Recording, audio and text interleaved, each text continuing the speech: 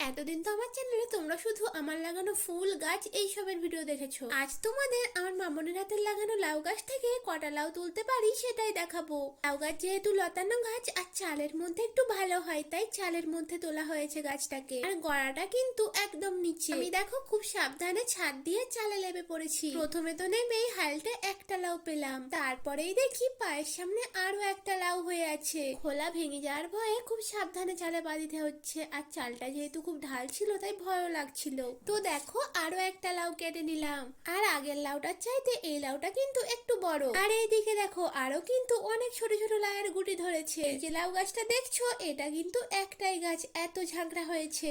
আর তোমরা কি জানো লাউ গাছের প্রধান খাদ্য কি? আমার মামানি প্রতিবার এই লাউ গাছ লাগানোর পর গাছটা যখন বড় হয়ে যায় বাসি ভাতের মার গাছের গোড়ায় ঢেলে দেয়, আর তাতে এই গাছে প্রচুর পরিমাণে লাউ ধরে। তোমাদের লাউয়ের কোন রেসিপিটা সব থেকে পছন্দের আমাকে কমেন্টে অবশ্যই জানিও।